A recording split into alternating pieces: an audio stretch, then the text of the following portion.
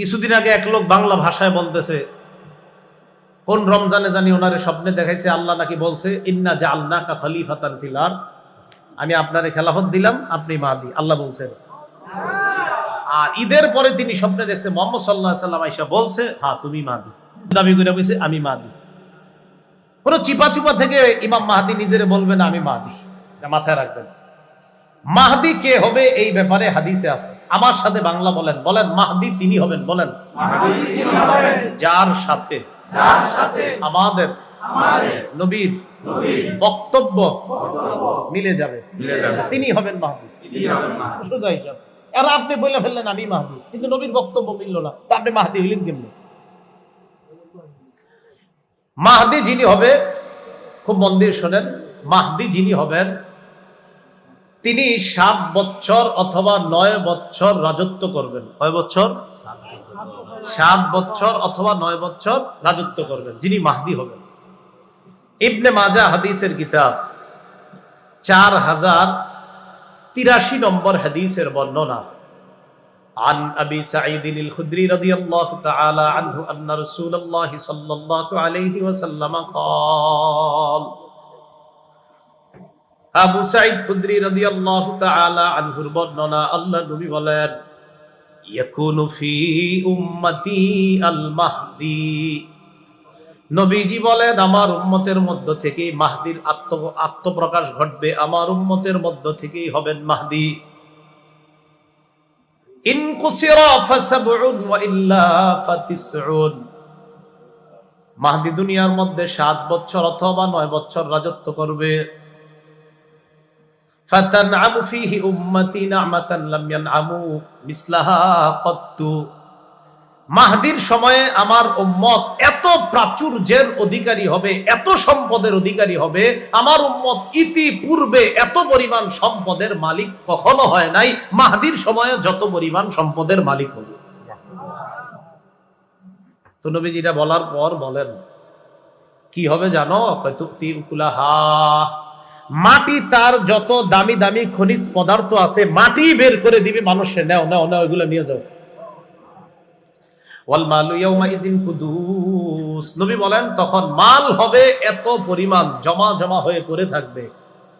ফায়াকুমুর রাজুলু ফায়াকুলু ইয়া মাহদি আতিনি, কোন ব্যক্তি দাঁড়াবে, দাঁড়ানোর পর ওই সম্পদের সামনে দাঁড়ায় বলবে ও মাহদি আমারে কিছু দেন। মাহদি বলবে খোঁজ, আপনার যা মন চায় যত পরিমাণ মন চায় নেন, নিতে থাকেন।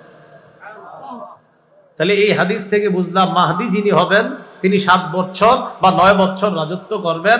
তার সময়ে সারা পৃথিবীর মানুষ এত পরিমাণ প্রাচুর্যের অধিকারী হবে যে এত পরিমাণ সম্পদ ইতিপূর্বে এই উম্মত কখনো লাভ করে নাই।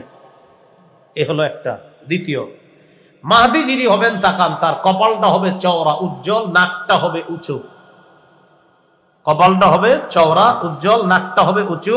আর মাহদি কি করবেন? পুরা পৃথিবীতে ইনসাফ এবং ন্যায় বিচারে ভরে দিবেন। আবু দাউদ শরীফের 4285 নম্বর হাদিসের বর্ণনা। عن أبي سعيد الخدري رضي الله تعالى عنه أن رسول الله صلى الله عليه وسلم قال, নবীজি বলেন আল মাহদিয়্যু মিন্নি, মাহদি আমার বংশ থেকে হবে। আজলাল জাবহা, মাহদির কপালটা হবে চওড়া উজ্জ্বল। আকনাল আনফি, মাহদির নাকটা হবে উঁচা। ইয়ামলাউ ফিল আরদি কিসতান ওয়া আদলা কামা মুলিআত জাওরান ওয়া যুলমা, পুরা পৃথিবীর মধ্যে পাশবিকতা, জুলুম, নির্যাতনার পাশবিকতার জয় জয়কর অবস্থা যখন হবে, ওই সময়ে মাহদি পুরা পৃথিবীতে ইনসাফ আর ন্যায় বিচারে পরিপূর্ণ করে দিবেন। পুরা পৃথিবীতে জুলুম যদি হয়, বিপরীতে মাহদি পুরা পৃথিবীতে ইনসাফ কায়েম করবে। তাহলে দ্বিতীয়টা বুঝলাম। 1 নাম্বার, মাহদি যিনি হবেন 7 বছর বা 9 বছর রাজত্ব করবে, তার সময় উম্মত সবচেয়ে বেশি নিয়ামতের অধিকারী হবে। 2, মাহদি যিনি হবেন পুরা পৃথিবীতে ইনসাফ কায়েম করবেন, তার কপাল হবে চওড়া, তার নাক হবে উঁচু। 3, মাহদি যিনি হবেন আল্লাহ তাকে 1 রাত্রে খেলাফতের যোগ্য বানাবেন। 1 রাতে। কয় রাতে? তো আপনারা দেখবেন অনেকে 2-3 বছর যাবত দাবি করে আমি মাহদি, আমি মাহদি। অনেকের অনুসারীরা বলে আমাদের অমুকে মাহদি। আরে ভাই, এগুলা কি কথা? ইবনে মাজাহ 4085 নম্বর হাদিসের বর্ণনা। عن علي بن أبي طالب رضي الله تعالى عنه قال قال رسول الله صلى الله عليه وسلم নবীজি বলেন আল মাহদি মিন্না আহলাল বাইত। আল্লাহ নবী বলেন মাহদি হবে আমাদের আহলে বাইতদের অন্তর্ভুক্ত, আমাদের আহলে বাইতদের মধ্য থেকেই হবে মাহদি। ইউসলিহুল্লাহু ফি লাইলা, এক রাতেই আল্লাহ তাকে খেলাফতের সমস্ত যোগ্যতা দান করবেন। 4 নাম্বার, মাহদি হযরত ফাতেমা রাদিয়াল্লাহু তাআলা আনহার বংশ থেকে হবে। কার থেকে? আর মনে করেন আপনি বললেন মাহদি, তো আপনার বংশে কি ফাতেমা? তো এখন কেমনে আপনি মাহদি হবেন? তো এরকম মাঝে বললে হবে না। নবীর সবগুলা কথা এক ব্যক্তির সাথে মিলতে হবে, তাহলে তিনি হবে মাহদি। ইবনে মাজাহ 4086 নম্বর হাদিস। عن سعيد بن المسيب رحمه الله كنا عند أم سلمة رضي الله تعالى عنها فتذكرنا المهدية। সাঈদ ইবনুল মুসাইয়াব বলেন, আমরা নবীজির বিবি আম্মাজান উম্মে সালামার কাছে ছিলাম, তখন আমরা মাহদির ব্যাপারে আলোচনা করলাম। মাহদির ব্যাপারে আলোচনা করার পর আম্মাজান উম্মে সালামা বললেন, সামি'তু রাসূলুল্লাহি সাল্লাল্লাহু আলাইহি ওয়াসাল্লাম ইয়াকুল আল মাহদিয়্যু মিন ওয়ালাদি ফাতিমা। নবীজির বিবি বলেন, আমি নবীকে বলতে শুনেছি মাহদি ফাতেমার বংশধর হবে। কার বংশধর? ফাতেমা নবীর বংশের। নবীজির বংশে ফাতেমা, ফাতেমার বংশ থেকে হাসান হবে, এই হাসান থেকে হবে মাহদি। সুবহানাল্লাহ। এইভাবে আর কি নবী বললেন যে ফাতেমার বংশধর, মানে নবীজির থেকে ফাতেমা, ফাতেমা থেকে হাসান, আর হাসানের বংশ থেকে হবে ইমাম মাহদি। হাসানের বংশ থেকে যে আসবে, দলিল আবু দাউদ শরীফের 4292 নম্বর হাদিস, 4292। এই হাদিসের মধ্যে আছে, নাযারা আলী ইবনে আবি তালিব রাদিয়াল্লাহু তাআলা আন ইলা ইবনিহিল হাসান। হযরত আলী তার সন্তান হাসানের দিকে তাকাইলেন। হযরত আলী তার সন্তান হাসানের দিকে তাকাইলেন, তাকায় বললেন, ইন্না ইবনি হাদা সাইয়্যিদুন, আমার এই সন্তান হাসান সে জান্নাতের যুবকদের সর্দার হবে। কামা সাম্মাহুন নবী সাল্লাল্লাহু আলাইহি ওয়াসাল্লাম, যেমনটি নবীজি বলেছেন যে হাসান হবে জান্নাতের যুবকদের সর্দার। আর কি? ওয়াসায়াখরুজু মিন সুলবিহি রাজুলুন ইউসাম্মা বিইসমি নবিয়িকুম মুহাম্মদ সাল্লাল্লাহু আলাইহি ওয়াসাল্লাম, তার বংশ থেকে একজন লোক বের হবে, যেই লোকটার নাম রাখা হবে তোমাদের নবীর নামে। সুবহানাল্লাহ। তাহলে মাহদির নাম নবীর নামে হবে। বলেন, মাহদির নাম কার নামে হবে? নবীর নামে হবে। ইউশবিহু ফি খুলকিহি, মাহদির চরিত্রটা মুহাম্মদ সাল্লাল্লাহু আলাইহি সাল্লামের চরিত্রের মতো হবে। তাহলে একটুগুলো পেয়ে গেলাম। আর কি? আবু দাউদ শরীফের 4282 নম্বর হাদিসে রাসূল বলেন, ইউওয়াতিউ ইসমুহু ইসমি ওয়া ইসমু আবিহি ইসমু আবি, মাহদির নাম হবে আমার নামে, মাহদির আব্বার নাম হবে আমার আব্বার নামে। নবীজির আব্বার নাম কি? আব্দুল্লাহ। মাহদির আব্বার নাম হবে আব্দুল্লাহ। এর মনে করেন আমার আব্বার নাম হাবিব, আর আমি যদি কই মাহদি, হইল না তো? এটা কিভাবে হইল? তাহলে মাহদি যিনি হবেন তার আব্বার নাম হবে আব্দুল্লাহ, মাহদি যিনি হবেন তার নাম হবে মুহাম্মদ, মাহদি যিনি হবেন তার কপাল হবে চওড়া, মাহদি যিনি হবেন তার নাকটা হবে উঁচু, মাহদি যিনি হবেন তাকে এক রাতে আল্লাহ খেলাফতের যোগ্য বানাবেন, মাহদি যিনি হবেন তিনি হযরত হাসানের বংশের হবেন, হযরত ফাতেমার বংশ হবেন, মুহাম্মদ সাল্লাল্লাহু আলাইহি সাল্লামের বংশের হবেন। মাহদির ব্যাপারে মোটামুটি ধারণাগুলো আমাদের মনে থাকবে না ইনশাআল্লাহ। সূরা হাশরে মুনাফিকদের ব্যাপারে আলোচনা করা হয়েছে। মুনাফিকরা সামনাসামনি তারা দাবি করত ঈমানদার, কিন্তু আসলে তারা গোপনে গোপনে কাফেরদের সাথে সম্পর্ক রাখত।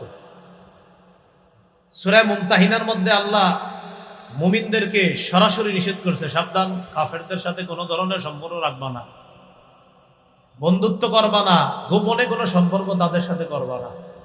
তাহলে আগের সূরায় যে মুনাফিকরা ইসলামের লেবাস ধরে গোপনে কাফেরদের সাথে সম্পর্ক রাখতো, এটা সূরা হাশরে আলোচনা আছে। সূরা মুমতাহিনায় আল্লাহ মুমিনদেরকে নিষেধ করে দিলেন, সাবধান, গোপনে গোপনে কাফেরদের সাথে সম্পর্ক রাখবা না, যেমনটা মুনাফিকরা রাখে। আগের সূরায় আলোচনা হয়েছে। সূরা মুমতাহিনা নাম কেন সূরাতুল মুমতাহিনা? মুমতাহিনা নামটা রাখা হয়েছে 10 নম্বর আয়াতের একটা শব্দকে কেন্দ্র করে। সূরা মুমতাহিনার 10 নম্বর আয়াতের একটা শব্দকে লক্ষ্য করে এই সূরার নাম সূরাতুল মুমতাহিনা।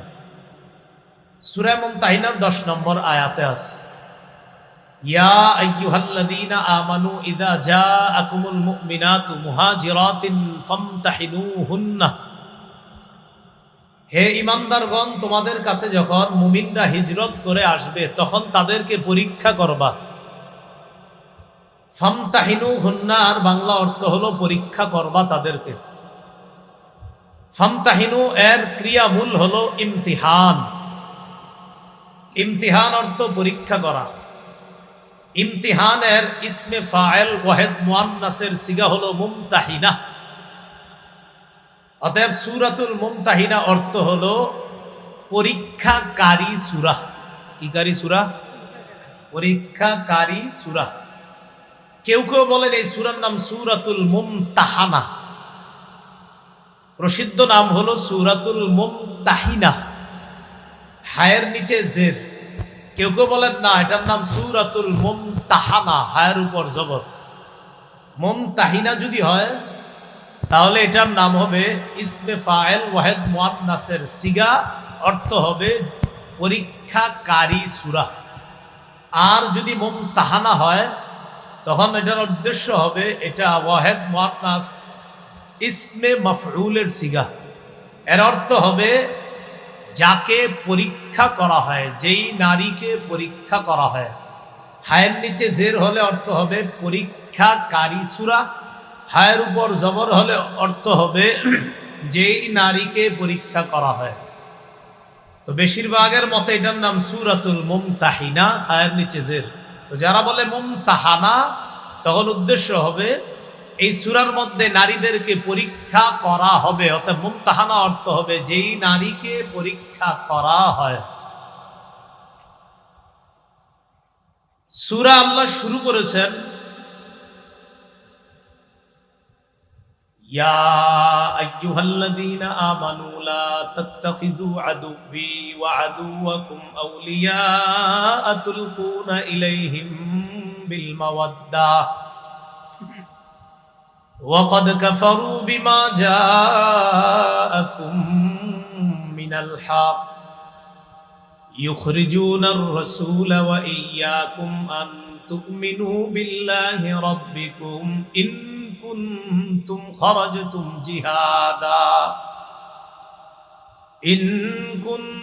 خرجتم جهادا في سبيلي وابتغاء مرضاتي। অনুবাদটা আমি শুরু করি কোত্থেকে দেখেন। এই যেখানে এসে আমি আয়াতের তেলাওয়াতটা শেষ করলাম, এখান থেকে অনুবাদটা শুরু করব। তাহলে লম্বা একটা অংশ পড়ার পর অনুবাদ শুরু করতেছে। ইন কুনতুম খরাজতুম জিহাদান ফি সাবিলি ওয়াবতিগা মারদাতি।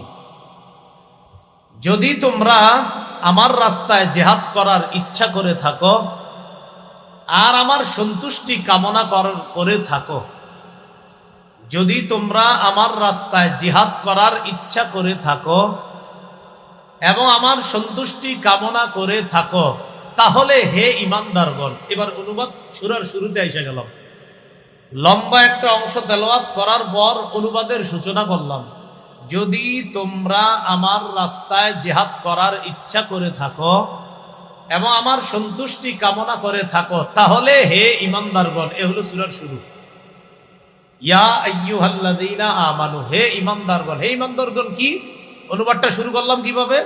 যদি তোমরা আমার রাস্তায় জিহাদ করার ইচ্ছা করে থাকো এবং আমার সন্তুষ্টি কামনা করে থাকো, হে ঈমানদারগণ, তাহলে তোমরা আমার শত্রু আর তোমাদের শত্রুদেরকে বন্ধু হিসাবে গ্রহণ করো না।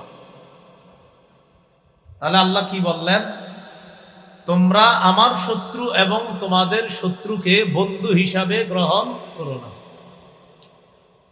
আল্লাহ বললেন আমার শত্রু এবং তোমাদের শত্রু। এখানে আমার শত্রু আর তোমাদের শত্রু দ্বারা কি উদ্দেশ্য? উদ্দেশ্য হলো কুফফারু মক্কা, মক্কার কাফেররা। আয়াত দ্বারা বোঝা যায় মক্কার কাফেররা আল্লাহর শত্রু ইমানদারদেরও শত্রু। তো আল্লাহ বলতেছেন, তোমরা যদি আমার রাস্তায় জেহাদ করার ইচ্ছা করো এবং আমার সন্তুষ্টি কামনা করে থাকো, তাহলে হে ইমানদারগণ, আমার শত্রু আর তোমাদের শত্রুকে বন্ধু হিসাবে গ্রহণ করো না। এই সূরার প্রেক্ষাপটটা কি? রাসূলুল্লাহ সাল্লাল্লাহু আলাইহি সাল্লাম মক্কা বিজয়ের পূর্বে কিছু কিছু সাহাবায়ে কেরামের সাথে পরামর্শ করে মক্কা বিজয়ের উদ্দেশ্যে রওনা করার আগেই নবী আস্তে ধীরে প্ল্যান করতেছিলেন যে অচিরেই মক্কায় রওনা করব। এই যে প্ল্যান করলেন আল্লাহ রাসূল সাল্লাল্লাহু আলাইহি সাল্লাম খুব গোপনে। রাসূল সাল্লাল্লাহু আলাইহি সাল্লামের মক্কা বিজয়ের উদ্দেশ্যে যাত্রার বিষয়টা সাহাবায়ে কেরামের মধ্যে একজন সাহাবী নাম ছিল হাতিব ইবনু আবি বালতাআহ। এই হাতিব ইবনে আবি বালতাআহ রাদিয়াল্লাহু তাআলা তিনিও বিষয়টা কোনোভাবে আঁচ করেছেন। আঁচ করতে পেরে তিনি কি করলেন, তিনি চুপে চুপে মক্কার কাফেরদের কাছে একটা চিঠি লিখলেন। কি লিখলেন চিঠির মধ্যে? যে আল্লাহ রাসূল কিন্তু অচিরেই তোমাদের বিরুদ্ধে অভিযান পরিচালনা করার জন্য রওনা করবে। এই জাতীয় একটা চিঠি লেখা গোপনে মক্কার উদ্দেশ্যে পাঠাইয়া দিছে। খুব মন দিয়ে শুনেন, সাহাবীর ব্যাপারে যেন কোনো ধরনের খারাপ চিন্তা চেতনা মনে না আসে। তো যিনি লেখলেন চিঠিটা তার নাম হাতিব ইবনু আবি বালতাআহ। তিনি চিঠিটা পাঠিয়ে দিলেন কোথায়? মক্কার উদ্দেশ্যে।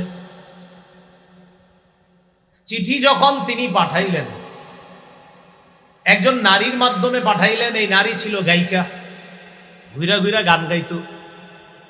ঐতিহাসিক গ্রন্থের কেউ কেউ তার নাম লেখছে, নারীর নাম ছিল সারা। তার কাছে চিঠিটা দিয়ে দিস, তুমি মক্কার অমুক অমুক লিডারের কাছে এই চিঠিটা পৌঁছায় দিবা। আল্লাহ পাক রব্বুল আলামিন এই বিষয়টা রাসূলুল্লাহ সাল্লাল্লাহু আলাইহি সাল্লামের কাছে জানায়া দিলেন যে আপনার সাহাবীদের মধ্য থেকে একজন গোপন সংবাদটা একজন নারীর মাধ্যমে মক্কার উদ্দেশ্যে অলরেডি প্রেরণ করে দিছে একটা চিঠির মধ্যে লেখা। আপনি তাড়াতাড়ি ওই নারীকে আটকের ব্যবস্থা করেন। আল্লাহ পরিপূর্ণভাবে ওহীর মাধ্যমে নবীকে বিষয়টা জানায়া দিলেন। ওই নারী গোপন চিঠিটা নিয়ে রওনা করছে। আপনাদের মনে প্রশ্ন আসছে, হুজুর একজন সাহাবী এরকম গোপন চিঠি কেন লেখছে? আসছে না প্রশ্নটা? পুরাটা শুনেন, প্রশ্ন থাকবে না ইনশাআল্লাহ। এই বিষয়টা সহিহ বুখারীতে বিস্তারিতভাবে একটা হাদিসে আসছে। সহিহ বুখারীর 3007 নম্বর হাদিস। হাদিসের বর্ণনাকারী আলী ইবনে আবি তালেব রাদিয়াল্লাহু তাআলা। আলী রাদিয়াল্লাহু তাআলা আনহু বলেন, বাআসানি রাসূলুল্লাহ সাল্লাল্লাহু আলাইহি ওয়াসাল্লাম আনা ওয়াজ জুবাইর ওয়াল মিকদাদ ইবনুল আসওয়াদ। আলী রাদিয়াল্লাহু তাআলা আনহু বলেন, রাসূলুল্লাহ সাল্লাল্লাহু আলাইহি সাল্লাম ওহীর মাধ্যমে বিষয়টা জেনে আমাদের তিনজনকে প্রেরণ করলেন ওই নারীকে আটক করার জন্য। কোন তিনজন? এই তিনজনের নাম যদি পারেন একটু কষ্ট করে মনে রাখবেন। বলেন, আলী, জুবায়ের, মিকদাদ রাদিয়াল্লাহু আনহুম। কয়জন নাম বললাম? আলী, জুবায়ের, মিকদাদ। তো হযরত আলী বলেন, বাআসানি রাসূলুল্লাহ সাল্লাল্লাহু আলাইহি সাল্লাম আনা, নবী আমাকে পাঠাইলেন, মানে আমি আলীকে পাঠাইলেন। ওয়াজ জুবায়ের, এবং জুবায়েরকে পাঠাইলেন। ওয়াল মিকদাদ ইবনুল আসওয়াদ, আর মিকদাদ ইবনুল আসওয়াদকে পাঠাইলেন। আমাদেরকে পাঠানোর প্রাক্কালে আল্লাহ রাসূল সাল্লাল্লাহু আলাইহি সাল্লাম বললেন, ইনতালিকু, তোমরা তাড়াতাড়ি রওনা করো। হাত্তা তাতু রাউজাতা খাখিন, রওনা করে তোমরা তাড়াতাড়ি রাউজায়ে খাখ নামক একটা জায়গা আছে, ওই জায়গায় দ্রুত পৌঁছো তোমরা।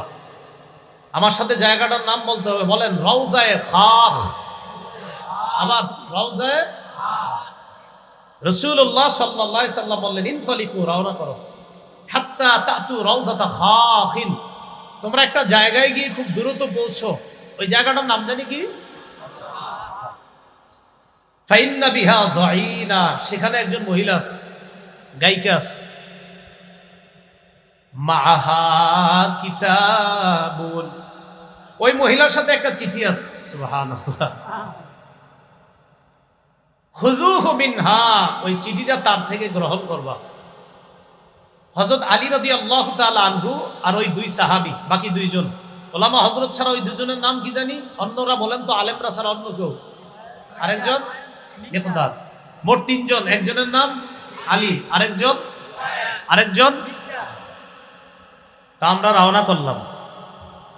রওনা করার পর তিনি বলেন, তাআদা বিনা খাইলুনা, দ্রুত আমাদের বাহন আমাদেরকে নিয়ে চললো, ছুটে চললাম, আমরা খুব দ্রুত ছুটে চললাম। চলতে চলতে ইনতালাকনা, চলতে লাগলাম, হাত্তা ইনতাহাইনা ইলা রাউজাতি খাখিন, নবী যেই জায়গার কথাটা বলছে আমরা চলতে চলতে দ্রুত ওই জায়গায় পৌঁছে গেলাম, তথা রাউজাতু খাখ নামক জায়গায় আমরা পৌঁছে গেলাম।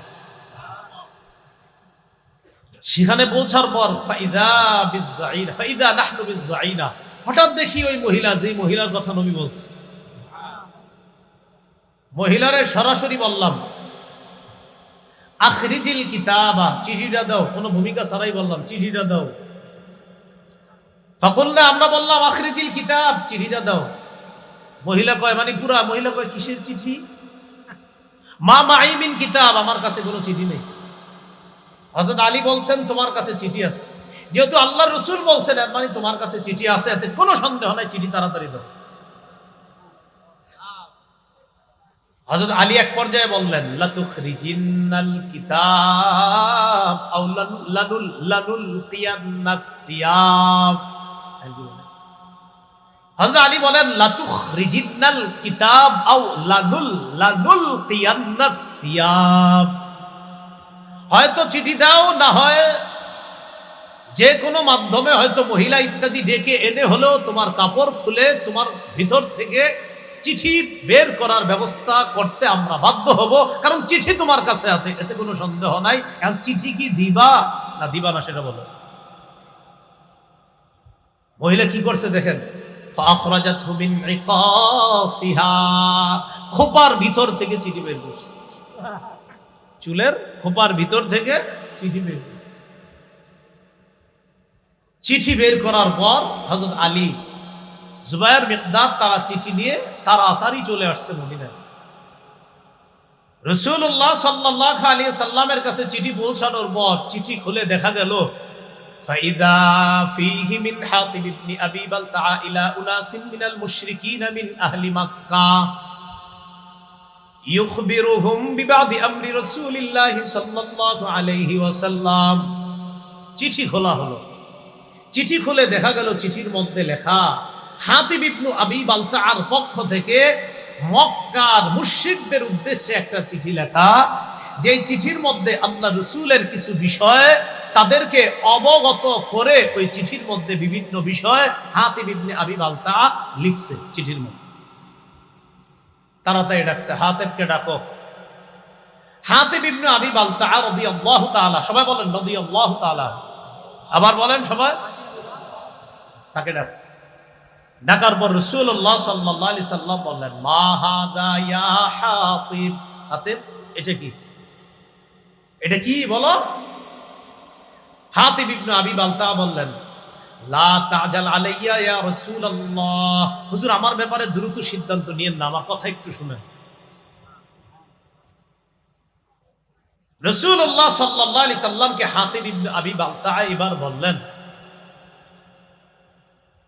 হুজুর আমি এই চিঠিটা লিখছি মক্কার মুশরিকদের কাছে, আপনি আমার ব্যাপারে দ্রুত সিদ্ধান্ত নিয়েন না, চিঠিটা আমি লিখছি তাদের কাছে। আপনার সাথে যে মুহাজির সাহাবী যারা আছে, ইয়া রাসূলুল্লাহ, কানা মাআকা মিনাল মুহাজিরিনা লাহুম কারাবাতুন ইয়াহমুনা বিহা আমওয়ালাহুম ওয়া আহলিহিম, আপনার সাথে যে মুহাজির সাহাবী যারা আছে তাদের আত্মীয় স্বজন মক্কায় আছে, আত্মীয়তার বন্ধনের কারণে তারা তাদের সম্পদ রক্ষা করতে পারবে, তারা তাদের সন্তানদেরকে রক্ষা করতে পারবে। হুজুর কুনতুম রাআন মুলসাকান ফি কুরাইশিন, আমিও কুরাইশদের সাথে ছিলাম লম্বা সময় মক্কায়। ওয়ালাম আকুন মিন আনফুসিহিম, কিন্তু আমি তাদের আপনজন কেউ না। আপনার সাথে যারা আছে সাহাবী, তাদের আপনজনরা এখনো মক্কায় আছে। আমি যদিও মক্কায় কুরাইশদের সাথে ছিলাম, কিন্তু আমার আপনজন বলতে কেউ নাই। হুজুর আমার অনেক আত্মীয় স্বজনরা সেখানে আছে। অর্থাৎ কোথায়? মক্কায় যেই জায়গায় সাহাবীদের আপনজন আছে, আমার কিছু রিলেটিভ আছে যারা এখনো মক্কায় রয়ে গেছে, তো তাদের আপনজন বলতে মক্কায় কেউ নাই। আমি চিন্তা করলাম, আমি যদি একটা চিঠি লিখি, এই চিঠি লেখার কারণে আমি চিন্তা করলাম ফাআহবাবতু, আমি এই ইচ্ছা করলাম ইদফাতা যালিকা মিনান নাসাবি ফীহিম, যেহেতু আমার বংশের কোনো সম্পর্ক নাই, তাই আমি চিন্তা করলাম একটা চিঠি লিখি। আনিত আন আত্তাখিযা ইনদাহুম ইয়াদা, আমি একটা চিঠি লিখলে তাদের সাথে একটা ভালো সম্পর্ক হবে। ইয়াহমুনা বিহা তারাবাতি, তখন তারা আমার পরিবারের যে কয়েকজন আছে তাদেরকে তারা রক্ষা করবে। কারণ আপনি যখন মক্কায় যাবেন, যাওয়ার পর যখন তাদের বিরুদ্ধে লড়াই করবেন, হুজুর আমার তো ইয়াকিন আপনাকে আল্লাহ বিজয় দান করবেন, কিন্তু তখন তো আমার আত্মীয় স্বজন যারা আছে তারাও বিপদে পড়বে। আমি শুধু তাদেরকে বিপদ থেকে উদ্ধার করার জন্য কাফেরদের সাথে শুধুমাত্র এতটুকু একটু খাতির করতে চাইছিলাম। এটা চিঠি লিখা। এটা বলার পর নবীজি বললেন, হুজুর বিশ্বাস করেন, মা ফাআলতু যালিকা, আমি এটা এই কারণে করি নাই কুফরন, যে আমি কাফের হয়ে গেছি, ওয়ালা ইরতিদাদান, আমি দিন থেকে বের হয়ে মুরতাদ হয়ে গেছি, এই জন্য আমি করি নাই, ওয়ালা রিদান বিল কুফরি বাদাল ইসলাম, আমি ইসলাম গ্রহণ করার পর আবার কুফরিকে পছন্দ করে নিয়েছি, বিষয়টা এমন না। তাহলে আমি কাফেরও হই নাই, আমি মুরতাদও হই নাই, আমি ইসলাম গ্রহণ করার পর কাফের হয়ে গেছি, বিষয়টা এমনও না হুজুর। শুধুমাত্র একটা চিঠি দিলে যদি তারা আমার প্রতি একটু সহানুভূতি প্রদর্শন করে, আমার যে সন্তান আদি আছে তাদেরকে অন্তত যদি একটু রক্ষা করে, এই জন্য একটা চিঠি লিখছিলাম। নবীজি তার পুরো বক্তব্য শুইনা সাহাবীদেরকে লক্ষ্য করে বললেন, লাকাদ সাদাকাকুম, এই শোনো, হাতের যা বলছে সত্য কথা বলছে। কি বলছে? সত্য কথা। হযরত ওমর ফারুক রাদিয়াল্লাহু তাআলা আনহু বললেন, দানি আদরিব উনুক হাদাল মুনাফিক, হুজুর আমার একটু সুযোগ দেন, আমি ওর গলাটা উড়িয়ে দিই। এই মুনাফিক বলছে, এই মুনাফিকের। আল্লাহ রাসূল বললেন, ওমর সাবধান, কদ শাহিদা বাদরা, আমার এই সাহাবী হাতেম বদরের যুদ্ধে অংশগ্রহণ করছে। তুমি জানো বদরের সাহাবীদের ব্যাপারে আল্লাহ কি বলছে? আল্লাহ বলছে, আমালু মা শিতুম, তোমাদের যা মন চায় তোমরা তা করো। ও বদরের অংশগ্রহণকারী সাহাবীরা, তোমাদের যা মন চায় তা করো। কদ গফারতু লাকুম, আমি তোমাদেরকে মাফ করে দিয়েছি। তো হাতিব ইবনে আবি বালতার এই ব্যাপারটা মাথায় রাখবেন, উনি কুফরিও করে নাই, উনি মুরতাদও হয়ে যায় নাই, উনি ইসলাম গ্রহণ করার পর কুফরিকে পছন্দ করে নিয়েছে, বিষয়টা এমনও না। উনি আসলে ওনার এই জায়গায় বুঝতে একটু ভুল হয়েছে, উনি মনে করছে এটা দিলাম আর এতে আর কি হবে। ঐতিহাসিকগণ লেখছেন ওনার ইয়াকিন ছিল বিজয় তো আল্লাহ নবীরই দিবে। কেন?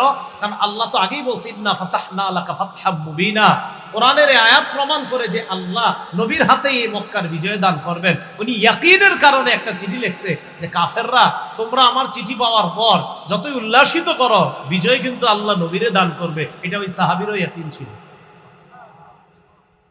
তা আল্লাহ নিষেধ করে দিলেন, না, এই জাতীয় বন্ধুত্ব করা যাবে না।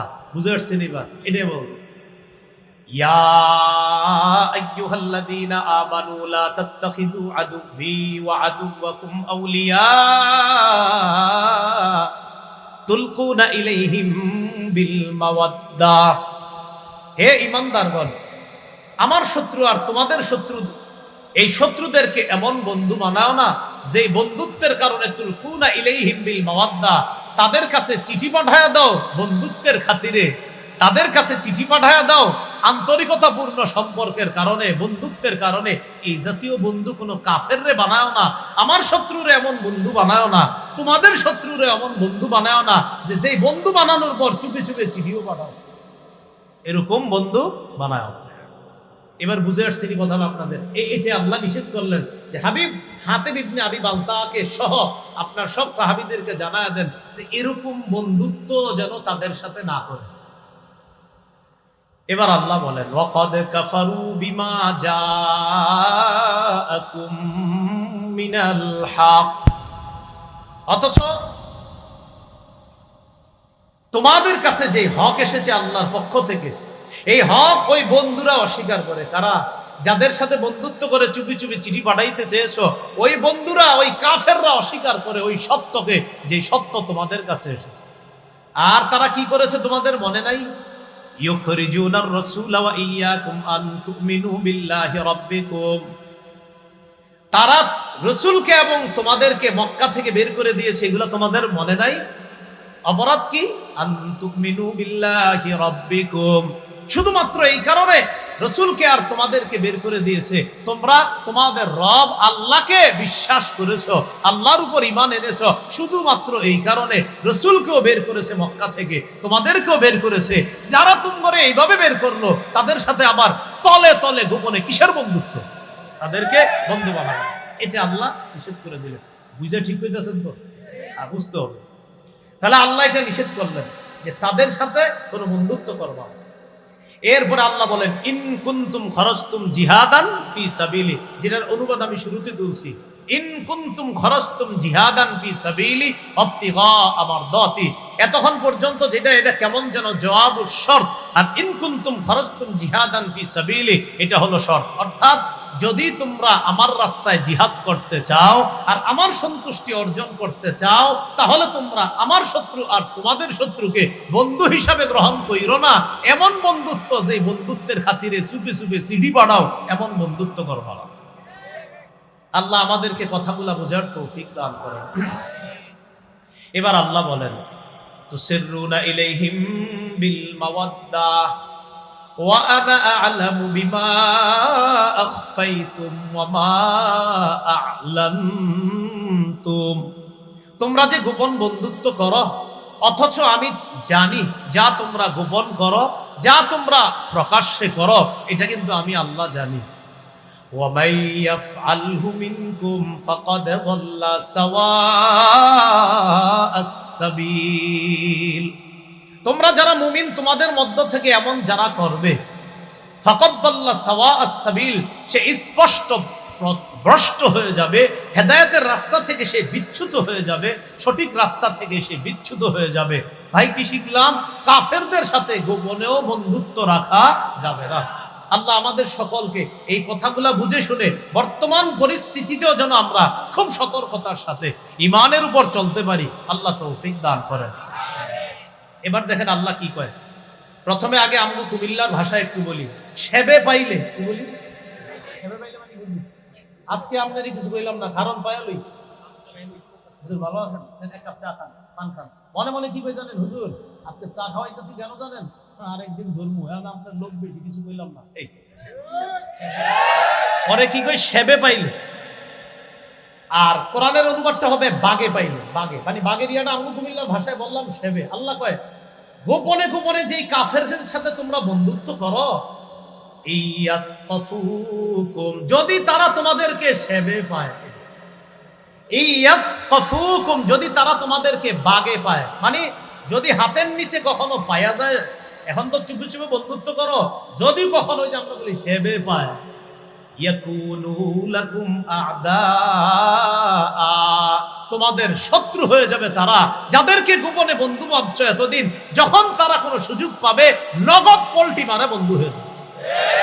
যাদেরকে নগদ পল্টি মেরে শত্রু হয়ে যাবে, যাদেরকে তোমরা চুপে চুপে বন্ধু ভাবতা, ইয়াকুনু লাকুম আ'দা, হঠাৎ একদম নগদ পল্টি মারবে আর নগদ শত্রু হতে দেরি করবে না। আল্লাহর কসম, অমুসলিম বেঈমান যাদেরকে আমরা অনেক সময় মনে করি তিনি মনে হয় আমার আপনজন, আবার চুপি চুপি তার সাথে সম্পর্ক যদি রাখতে চাই, আল্লাহ বলতেছেন মনে রাখবা, যদি বাগে পায়, যদি সেবে পায়, যদি একবার পাইতে পারে, নগদ তোমার শত্রু হবে, আমি আল্লাহ বলে দিলাম। নগদ পল্টি মারবে, আমি আল্লাহ বলে পল্টি মারবে। ইয়াকুনু লাকুম আ'দা, ইয়াকুনু লাকুম আ'দা, তারা তোমাদের শত্রু হয়ে যাবে। তাহলে কি শিখলাম? চুপে চুপেও যদি কোন ইসলাম বিদ্বেষী কোন অমুসলিম কাফেরকে আমি বন্ধু মনে করি, আল্লাহ কয় সুযোগ পাইলে নগদ তোমার শত্রু বানাবে। আর কি করবে? ওয়ায়াবসুতু ইলাইকুম আইদিয়াহুম ওয়া আলসিনাতাহুম বিসসু, তোমাদের দিকে দুটা কষ্টের জিনিস প্রসারিত করবে। বলেন কয়টা কষ্ট? এক, হাত দিতে চাবে দুই জবান দিয়ে। এক, হাত প্রসারিত করবে মারার জন্য, অর্থাৎ শারীরিক কষ্ট দিবে তোমাদেরকে, ওয়া আলসিনাতাহুম বিসসু, আরেকটা হলো জবান দিয়ে তোমাদেরকে কষ্ট দিবে। সারা পৃথিবীর বেঈমান শক্তি এখন জবানে ও অস্ত্র দিয়ে আমাদেরকে কষ্ট দিবে সারা পৃথিবী। এই জন্য আল্লাহ বলছে ইয়াবসুতু ইলাইকুম, হাত প্রসারিত করবে তোমাদের দিকে, আইদিয়াহুম তাদের হাত, ওয়া আলসিনাতাহুম তাদের জিহ্বা, বিসসুই কষ্ট দেওয়ার জন্য প্রসারিত করবে। এই জন্য মনে রাখবেন, অনেক সময় কুফরি শক্তি যেগুলা, এগুলা মাঝে মাঝে এক হয়ে কয় আরে এই কাজটা ঠিক হয় নাই, আপনি মনে রাখেন সব কুফরি শক্তি মুসলমানের বিরুদ্ধে, সব কুফরি। আল্লাহ এখনো আমাদেরকে বুঝার তৌফিক দান করুন, আমিন। তাহলে এই অনুবাদটা আবার মনে রাখেন, ইয়াসফুকুম, যাদেরকে গোপনে বন্ধু ভাবো, যাদের কাছে গোপন বন্ধুত্বের হাত বাড়াও, তারা যদি তোমাদেরকে বাগে পায়, আমগো কুমিল্লার ভাষায় সেবে পায়, ইয়াকুনু লাকুম আ'দা, তারা তোমাদের শত্রু হয়ে যাবে। ওয়া ইয়াবসুতু ইলাইকুম, তারা তোমাদের দিকে প্রসারিত করবে, আইদিয়াহুম হাত, ওয়া আলসিনাতাহুম জিহ্বা, বিসসুই কষ্ট দেওয়ার জন্য। আর কামনা করবে কি জানো, ওয়াওয়াদ্দু লাউ তাকফুরুন, আর কামনা করবে তোমরা সবাই যদি কাফের হয়ে যাইতা, নাউজুবিল্লাহ। কামনা করবে কি, তোমরা সবাই যদি কাফের হয়ে যাইতা। এবার দেখি আপনারা ওই হাতেব ইবনে আবি বালতাআ রাদিয়াল্লাহু তাআলা আনহুর ঘটনা বুঝে থাকলে বলেন তো, তিনি মূলত কি জন্য চিঠিটা পাঠাইতে চাইছে? ওনার কিছু আত্মীয়রা আছে এখনো, ওদের উপর যেন কোনো আক্রমণ না আসে, তাদেরকে বাঁচানোর জন্য। এবার আল্লাহ কি বলে দেখেন, লান তানফাকুম আরহামুকুম ওয়ালা আওলাদুকুম ইয়াউমাল কিয়ামাহ, তোমাদের আত্মীয় স্বজন, তোমাদের সন্তান কিয়ামতের ময়দানে তোমাদের কোনো কাজে আসবে না। ইয়াফসিলু বাইনাকুম, আল্লাহ তোমাদের মাঝে ফয়সালা করবেন। ওয়াল্লাহু বিমা তা'মালুনা বাসীর, তোমাদের কর্মকাণ্ড সম্পর্কে আল্লাহ অবগত আছেন, আল্লাহ তোমাদের কর্মকাণ্ড দেখতেছেন। বলেন, আল্লাহ আমাদের কর্মকাণ্ড দেখতেছেন। আমরা মুসলমানদের অধঃপতনের অন্যতম কিছু কারণের মধ্যে একটা হলো, মুসলমানরা মুসলমানের অধিকার আদায়ের শ্রেষ্ঠ একটা উপায় হলো জিহাদ। এই জিহাদ মুসলমান এমন ভাবে ভুলে যাচ্ছে যেন জিহাদ যে একটা ফরজ বিধান সময় মতো, এটা মুসলমান নাম শুনলেই জিহাদ।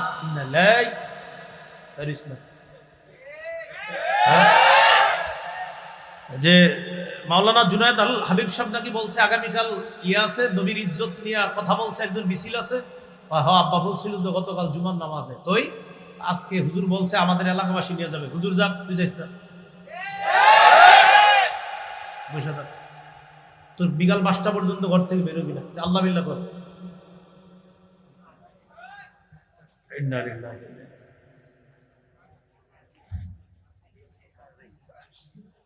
বলছিলাম মুসলমানরা অধঃপতনের অন্যতম একটা কারণ মুসলমানদের, সেটা হলো মুসলমান জিহাদের সঠিক অর্থ না জানা এবং জিহাদের ব্যাপারে মুসলমানদেরকে উল্টা পাল্টা বুঝানো, আর সেটা তারা বুঝে নেওয়া।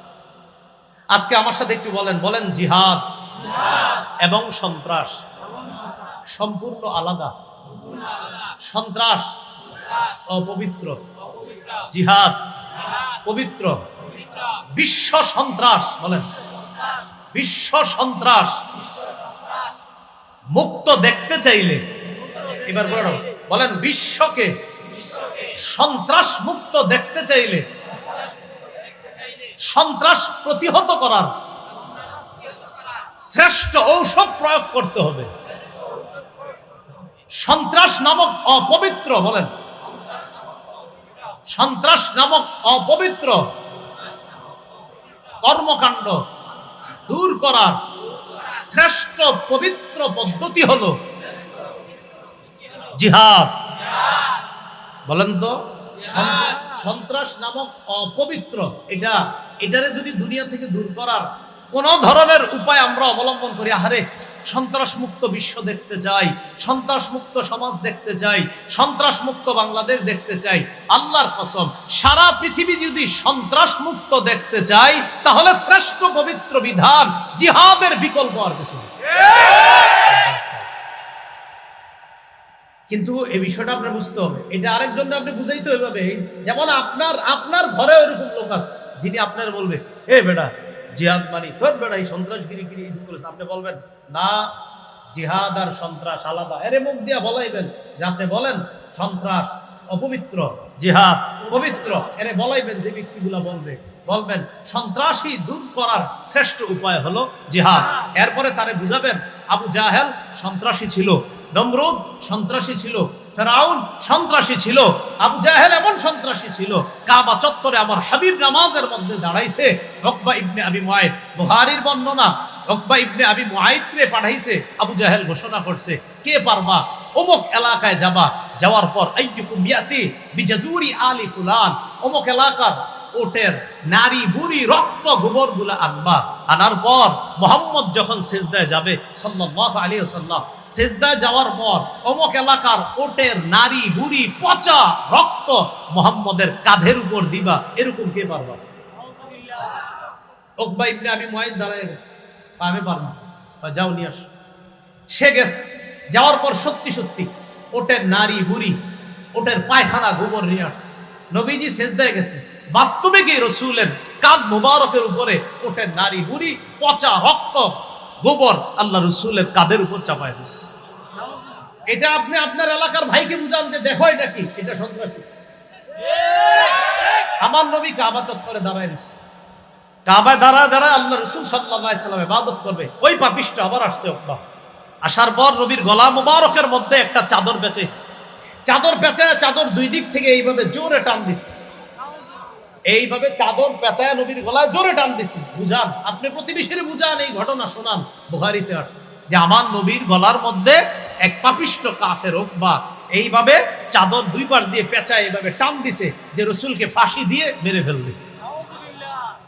আবু বকর সিদ্দিক রাদিয়াল্লাহু তাআলা আনহু আসার পর তার একটা ধাক্কা মারছে, ধাক্কা মেরে আবু বকর সিদ্দিক রাদিয়াল্লাহু তাআলা আনহু বললেন আতাকতুলুনা রাজুলান আইয়াকুলা রাব্বি আল্লাহ ওয়াকাদ জাআকুম বিল বাইয়িনাতি মির রাব্বিকুম, একটা মানুষকে কি এই কারণে তোমরা হত্যা করবা যে ব্যক্তি বলে আমার রব হলেন আল্লাহ, রব্বি আল্লাহ, যে ব্যক্তি বলে আমার রব হলো আল্লাহ, ওয়াকাদ জাআকুম বিল বাইয়িনাতি মির রাব্বিকুম, আর তিনি এই রব যে আল্লাহ এটার সপক্ষে তোমাদের কাছে প্রমাণ আদিও পেশ করেছে, এগুলা নিয়ে উপস্থিত হয়েছে, এরপরেও কি লোকটাকে তোমরা হত্যা করবা?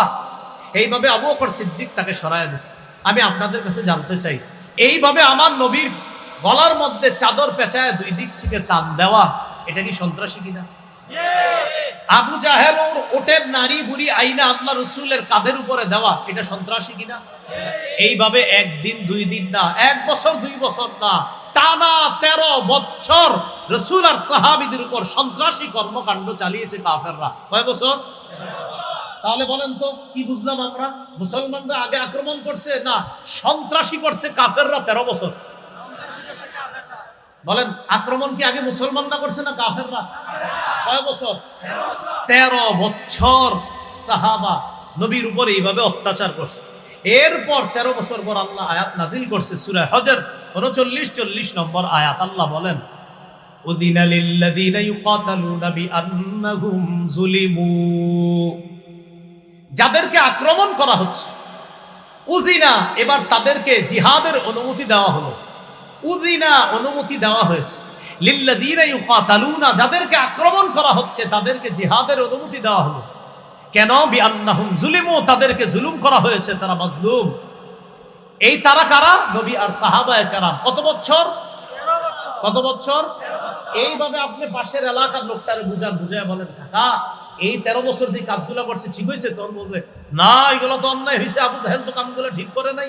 তখন আপনি বলবেন এরপর আল্লাহ 13 বছর পর জিহাদের বিধান দিয়েছে এই সন্ত্রাস নামক অপবিত্রতা দূর করার জন্য। পবিত্র জিহাদ আল্লাহ দিয়েছেন 13 বছরের অপবিত্রতা যেন দূর করে, তখন আল্লাহ জিহাদের বিধান দিয়েছে। তাহলে অপবিত্র সন্ত্রাসগিরি কয় বছর করছে কাফেররা? এরপরে জিহাদের বিধান দিয়েছে।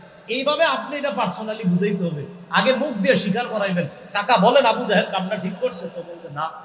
বলেন উকবাই কাজটা ঠিক করছে, বলবেন না। তখন জিজ্ঞেস করবেন ওনারে বলেন তো কি করা দরকার, বলবে আরে আমি থাকলে তো ওর খবর আছিল, বলবি বলবে হ্যাঁ এই 13 বছর শুধু সহ্য করছে। এরপর আল্লাহ বিধান দিছে, সাহাবাদের মন চাইছে কিছু করতে, করে নাই। কেন? আল্লাহ বলে নাই 13 বছর পর উযিনা, তখন আল্লাহর পক্ষ থেকে অনুমতি দেওয়া হয়েছে। পরের আয়াতে আল্লাহ বলে সূরা হজের 40 নম্বর আয়াত, তারা কারা যাদেরকে আক্রমণ করা হয়েছে? আল্লাযীনা উখরিজু মিন দিয়ারিহিম বিগাইরি হাক্কিন ইল্লা আইয়াকুলু রাব্বুনাল্লাহ, যাদেরকে তাদের ঘর থেকে বের করে দেওয়া হয়েছে অন্যায়ভাবে। তাদের অন্যায়টা কি? বলার পরে নাউজুবিল্লাহ বলবেন। তাদের অন্যায় হলো তারা এটা বলতো আমাদের রব হলো আল্লাহ। আল্লাহকে রব বলাটা কাফেররা অন্যায় হিসেবে সাব্যস্ত করছে। নাউজুবিল্লাহ, না আল্লাহ আমার রব, এটা হলো অন্যায় তাদের। যে তোমরা আল্লাহর রব বলবা, আল্লাহ কয় তারা বলতো আমাদের রব আল্লাহ। কাফেররা এটাকে অপরাধ সাব্যস্ত করে তাদেরকে মক্কা থেকে বের করে দিয়েছে। এবার আল্লাহ বলেন ওয়ালাউলা দাফউল্লাহিন নাস বা'দাহুম বিবা'দিল লাহুদ্দিমাস সাওয়ামি'ু ওয়া বি'আহু ওয়া সালাওয়াতু ওয়া মাসাজিদু ইউযকারু ফীহা ইসমুল্লাহি কাসীরা। জিহাদের বিধান দেওয়ার মাধ্যমে আমি আল্লাহ যদি একজন মানুষের মাধ্যমে আরেকজন মানুষকে প্রতিহত না করতাম, মানে মুজাহিদদের মাধ্যমে যদি অপরাধীদেরকে আমি প্রতিহত না করতাম যুগে যুগে, লাহুদ্দিমাত সাওয়ামি'ু, তাহলে খ্রিস্টানদের যে ইবাদতখানা আশ্রম ধ্বংস হয়ে যেত। অর্থাৎ খ্রিস্টানরা যেই যুগে দুনিয়াতে ছিল, যখন তাদের শরীয়ত দুনিয়ার মধ্যে ছিল, যখন তারা হক পথে চলতো, তখন ওই জামানায়ও ইবাদতখানা ধ্বংস করার জন্য লোক ছিল। আল্লাহ বলেন আমি যদি জিহাদের বিধান না দিতাম, একদল মানুষের মাধ্যমে আরেক দলকে যদি প্রতিহত না করতাম, খ্রিস্টানদের আশ্রমগুলা ধ্বংস করে দেওয়া হতো। ওয়া বিয়াউ, বিয়াউল মালি হলো গির্জা, এই গির্জা ধ্বংস করে দেওয়া হতো। ওয়া সালাওয়াত, সালাওয়াত মানে ইহুদিদের উপাসনালয়, এগুলাও ধ্বংস করে দেওয়া হতো। ওয়া মাসাজিদু, মুসলমানদের মসজিদগুলাও ধ্বংস করে দেওয়া হতো। এজন্য আমি আল্লাহ জিহাদের বিধান দিলাম। কেন? যেন মুজাহিদরা অপরাধীদের থেকে এই জাতীয় ইবাদতগুলো খানা, এই ইবাদত যেখানে মুসলমানরা ইবাদত করবে, এগুলো যেন রক্ষা করতে পারে। তাই আমি যুগে যুগে জিহাদের বিধান দিয়েছি, একদল মানুষের মাধ্যমে আরেক দলকে প্রতিহত করেছি। তো বলছিলাম আল্লাহ পাক রব্বুল আলামিন ওই যে পবিত্র কোরআনে বলে তুসিরুনা ইলাইহিম বিল মাওয়াদ্দা ওয়া আনা আ'লামু বিমা আখফাইতুম ওয়া মা আ'লানতুম ওয়া মান ইয়াফআলহু মিনকুম ফাকাদ দাল্লা সাওয়াআস সাবিল ইয়াফকাফুকুম ইয়াকুনু লাকুম আ'দাআ। কাফেররা যদি তোমাদেরকে বাগে পায়, শেপে পায়, ইয়াকুনু লাকুম আ'দাআ, তারা তোমাদের শত্রু হয়ে যাবে। ওয়াবসুতু ইলাইকুম আইদিয়াহুম ওয়া আলসিনাতাহুম বিসসুই ওয়া ওয়াদ্দু লাউ তাকফুরুন, তারা তোমাদের বিরুদ্ধে তাদের হাত, তাদের মুখ তারা প্রসারিত করবে তোমাদেরকে কষ্ট দেওয়ার জন্য।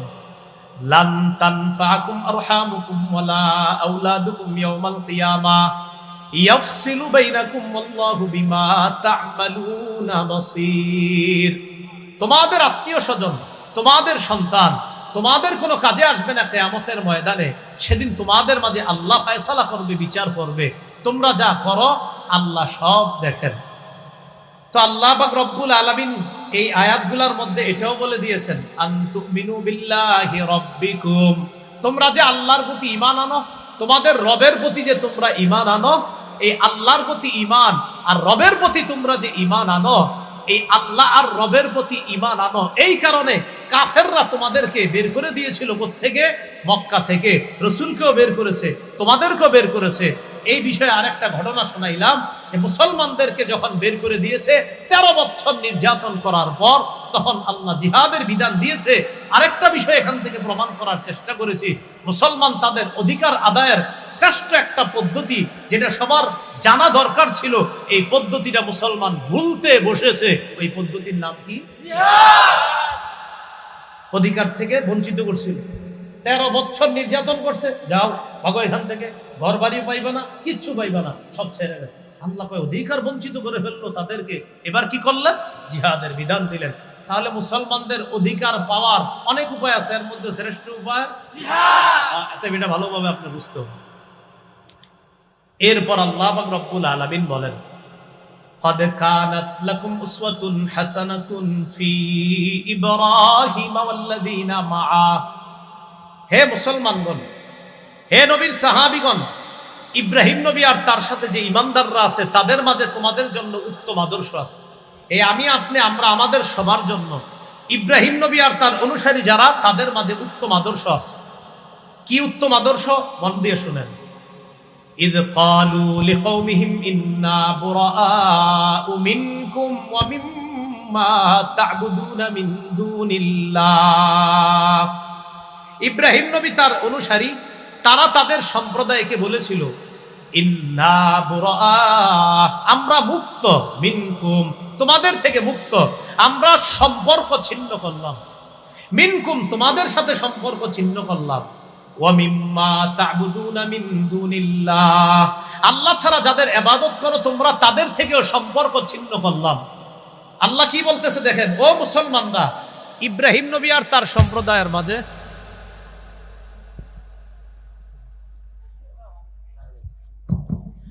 আল্লাহ পাক রব্বুল আলামিন বলেন, ও মুসলমানরা, ইব্রাহিম নবী আর তার সম্প্রদায়ের মাঝে, ইব্রাহিম নবী আর তার সাথে যারা ঈমানদার তাদের মাঝে তোমাদের জন্য আদর্শ আছে। কয় কিসের মাঝে? কয় যখন তারা তাদের সম্প্রদায়কে বলেছিল, হে আমাদের সম্প্রদায়, ইন্না বুরাআউ মিনকুম ওয়া মিম্মা তা'বুদুনা মিন দুনিল্লাহ, আমরা তোমাদের সাথে সম্পর্ক ছিন্ন করলাম, তোমরা যাদের ইবাদত করো আল্লাহ ছাড়া তাদের থেকেও সম্পর্ক ছিন্ন করলাম। আচ্ছা, আবার বুঝেন তো কি বলছে আল্লাহ, তোমাদের জন্য আদর্শ আছে এই কথায়। কোন কথা? ইব্রাহিম নবী আর তার জাতি, ইব্রাহিম নবীর সাথে ঈমানদাররা তাদের সম্প্রদায়কে বলছে, হে আমাদের সম্প্রদায়, আমরা তোমাদের থেকে সম্পর্ক ছিন্ন করলাম, তোমরা আল্লাহ ছাড়া যাদের ইবাদত করো তাদের থেকেও সম্পর্ক ছিন্ন করলাম। আল্লাহ কয় এই কথায় তোমাদের জন্য আদর্শ আছে। কি আছে তোমাদের জন্য? আদর্শ আছে। কাফারনা বিকুম, আমরা তোমাদের আকীদা বিশ্বাস অস্বীকার করি। ইব্রাহিম নবী ডাইরেক্ট বলে দিছে মূর্তি পূজারী যারা তাদেরকে, আমরা তোমাদের আকীদা বিশ্বাস অস্বীকার করি। ওয়া বাদা বাইনানা ওয়া বাইনাকুমুল আদাওয়াতু ওয়াল বাগদাউ আবাদা, আমাদের মাঝে আর তোমাদের মাঝে শত্রুতা এবং বিদ্বেষ আবাদা, চিরকালের জন্য প্রকাশ হয়ে গেছে। কাফারনা বিকুম, আমরা তোমাদের আকীদা অবিশ্বাস করি। ওয়া বাদা বাইনানা ওয়া বাইনাকুম, আমাদের মাঝে আর তোমাদের মাঝে স্পষ্ট হয়ে গেছে আল আদাওয়াত, শত্রুতা, আল বাগদা, বিদ্বেষ, আবাদান, চিরকালের জন্য। বেঈমানদেরকে মুসলমানরা এই কথা বলা, ও বেঈমানরা শোনো, তোমাদের সাথে কোনো সম্পর্ক নাই, তোমরা যাদের ইবাদত করো তাদের সাথে আমাদের কোনো সম্পর্ক নাই, তোমাদের আকীদা বিশ্বাস আমরা অস্বীকার করি, আমাদের মাঝে আর তোমাদের মাঝে শত্রুতাও স্পষ্ট, বিদ্বেষ স্পষ্ট, তোমাদের সাথে আমাদের সাথে শত্রুতা চলবে, বিদ্বেষ চলবে। কতদিন জানো? হাত্তা তুমিনু বিল্লাহি ওয়াহদা, যতদিন এক আল্লাহকে আল্লাহ বলে না মানবা, যতদিন এক আল্লাহকে আল্লাহ বলে না মানবা। এই কথায় অনেক শিক্ষা, তাওহীদের শিক্ষা, যে তাওহীদবাদীরা, ঈমানদাররা, তাওহীদবাদীরা, ঈমানদাররা, বিশ্বাসীরা অবিশ্বাসীদেরকে এই কথা বলা। ইব্রাহিম নবী যেমন বলেছিল, তোমাদের সাথে আমাদের কোনো সম্পর্ক নাই, তোমরা যাদের ইবাদত করো তাদের সাথে আমাদের কোনো সম্পর্ক নাই, তোমাদের সাথে আমাদের সাথে শত্রুতা, বিদ্বেষ চলবে আবাদা, চিরকালের জন্য। কতদিন? হাত্তা তুমিনু বিল্লাহি ওয়াহদা, যতদিন এক আল্লাহকে আল্লাহ বলে বিশ্বাস না করবা। কি ঠিক বুঝছে? ঠিক না? না বুঝছে? বুঝতে হবে যে আল্লাহ বলছে তোমাদের জন্য আদর্শ আছে। কেন এই জায়গায় বললাম হ্যাঁ আদর্শ আছে, কিন্তু আদর্শটা আমরা গ্রহণ করলাম না, তাহলে কিন্তু হবে না।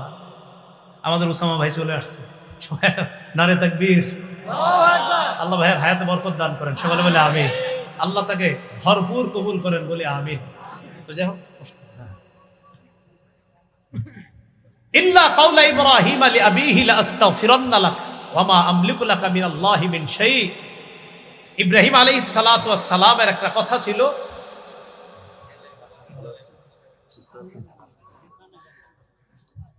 ইল্লা কাওলা ইব্রাহিম লি আবিহি লা আস্তাগফিরান্না লাক ওয়া মা আমলিকু লাকা মিনাল্লাহি মিন শাই। ইব্রাহিম নবী তার বাবার ব্যাপারে বলেছিলেন, লা আস্তাগফিরান্না লাক, আব্বা আপনার জন্য আমি ইস্তেগফার পাঠ করব। ওয়া মা আমলিকু লাকা মিনাল্লাহি মিন শাই, আমি আমলিকু লাকা মিনাল্লাহি মিন শাই, আপনার ব্যাপারে আমি নিজের পক্ষ থেকে কোনো ক্ষমতা রাখি না, তবে আমি আপনার জন্য আল্লাহর কাছে ইস্তেগফার পাঠ করব।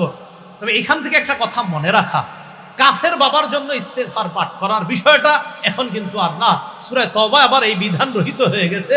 মা কানা লিনাবিয়্যিন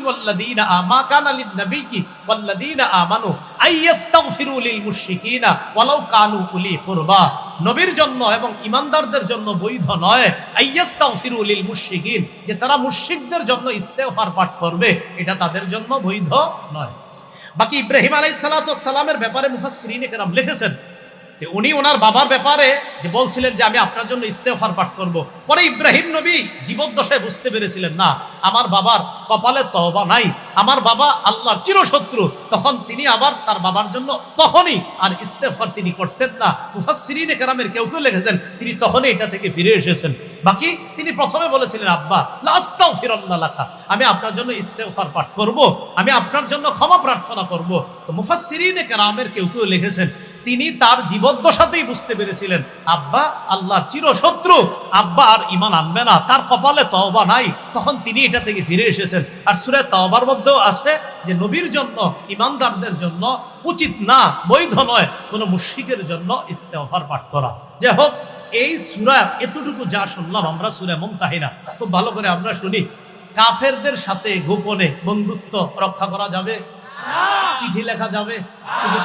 এটা আল্লাহ আমাদেরকে বলে দিলেন আমার শত্রু আর তোমাদের শত্রু যারা, তাদেরকে এমন বন্ধু বানায় না যে বন্ধুত্বের খাতিরে তাদেরকে চিঠি পর্যন্ত তোমরা পাঠায় দাও। মনে রাখবা এই ইয়াতফুকুম, মনে আছে না আব্দু কুমিল্লার ভাষায় অনুবাদটা, যদি সেবে পায়, আর অনুবাদ হলো যদি বাগে পায়, আর আমাদের কুমিল্লায় বলে যদি সেবে পায়। এই কাফেররা তোমাদেরকে, যাদেরকে গোপনে বন্ধু ভাবতেছো, ইয়াতফুকুম, যদি তোমাদেরকে বাগে পায়, হাতের নিচে যদি কোনোভাবে পায়, ইয়াকুনু লাকুম আদা, তাহলে তোমাদের শত্রু হয়ে যাবে। আর আমি বললাম পোল্টি মারতে সময় নেবে না। ওয়াবসুদু ইলাইকুম আইদিয়াহুম ওয়া আলসিনাতাহুম বিসসুই, তারা তোমাদের দিকে প্রসারিত করবে হাত আর তাদের জিহ্বা, এই দুই জিনিস প্রসারিত করবে তোমাদেরকে কষ্ট দেওয়ার জন্য। ওয়াবাদ্দু, কামনা করবে, লাউ তাকফুরুন, তোমরা সবাই যদি কাফের হয়ে যাইতা, এরকম কামনা তারা করবে। আল্লাহ আমাদের সকলকে। আর একটা বিষয়ের মাঝখান থেকে বলেছিলাম, অপরাধ কি ছিল? নবীরে বের করে দেওয়া আর মুসলমানদেরকে বের করে দেওয়া অপরাধ ছিল কাফেরদের কাছে। কেন তারা ঈমান আনছে এই ছিল অপরাধ। এটার বলতে গিয়ে বলেছিলাম মুসলমানদের অধপতনের অন্যতম একটা কারণ, মুসলমান তাদের অধিকার আদায়ের শ্রেষ্ঠ একটা পদ্ধতি আছে, ভুলতে বসেছে প্রায়, সেটার নাম জানি কি? এই বিষয়গুলো আমরা শিখতে হবে, জানতে হবে।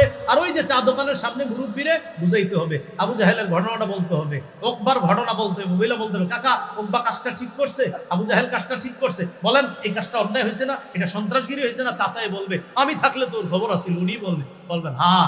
এই যে আপনি বলতেছেন খবর আছিল, সাহাবীদেরও মন চাইতো জবাব দিত, কিন্তু জবাব দিত না, কারণ আল্লাহর পক্ষ থেকে তখন শুধু ধৈর্য আর সংযমের শিক্ষা একটুকুই দেওয়া হয়েছিল।